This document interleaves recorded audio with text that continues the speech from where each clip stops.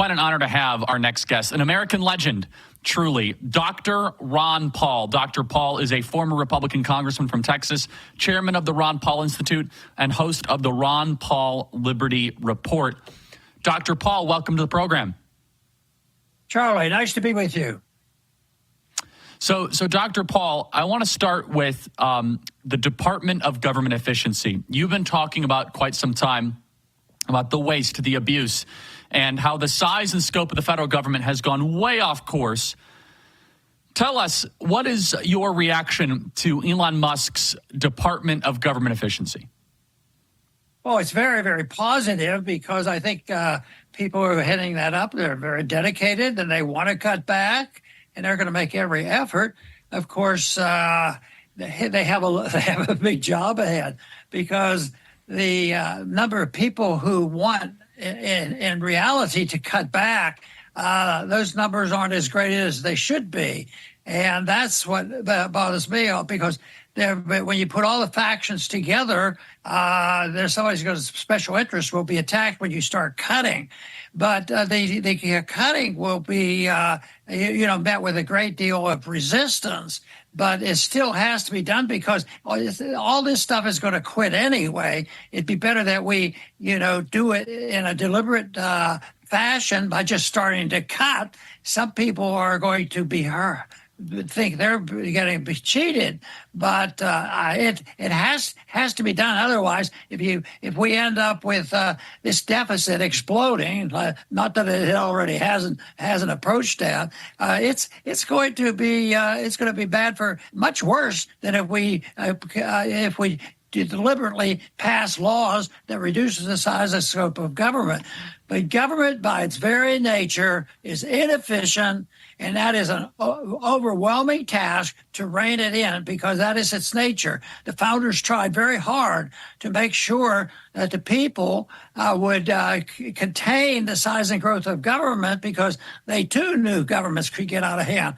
But that's the real problem, and that's why if you nickel and dime it around the edges, I don't think it'll work very well. It might help, but I think that it's the principle of government because there's so many people involved for profits, money, and political power that won't put up with it.